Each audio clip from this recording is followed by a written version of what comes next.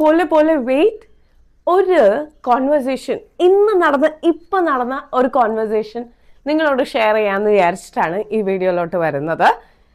ഞങ്ങൾ ഇങ്ങനെ സോഫയിലിരുന്ന് ഡിസ്കസ് ചെയ്യുകയായിരുന്നു ഹൗ ടു മേക്ക് മണി. ഈ ഒരു കാര്യം ഡിസ്കസ് ചെയ്തപ്പോൾ ആളുടെ ഒരു ഉത്തരം വന്നതാണ്, എഫേർട്ട് എടുത്ത് ഹാർഡ് വർക്ക് ചെയ്താലേ മണി വരത്തുള്ളൂ എന്നുള്ളത്. ഇതൊരു മിഡിൽ ക്ലാസ് മൈൻഡ് സെറ്റ് അല്ലേ? ഒന്ന് ആലോചിച്ച് നോക്കിയേ. യെസ്, ഇതൊരു മിഡിൽ ക്ലാസ് മൈൻഡ് സെറ്റാണ്. എന്ത് ചേസ് ചെയ്തിട്ടും നമുക്കൊന്നും കിട്ടാൻ പോകുന്നില്ല ലൈഫിൽ.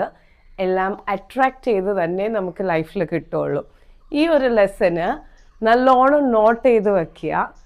എന്താണെന്ന് ചോദിച്ചു കഴിഞ്ഞാൽ, ഞാൻ ശ്രീവർഷ ആർ, ഒരു ലൈഫ് കോച്ചാണ്, ഒരു സർട്ടിഫൈഡ് ന്യൂട്രീഷനിസ്റ്റാണ്. സോ മെൻ്റൽ ഹെൽത്ത്, ഫിസിക്കൽ ഹെൽത്തിനെ പറ്റി റൈറ്റായിട്ട് അറിയുന്ന ഒരാളാണ്.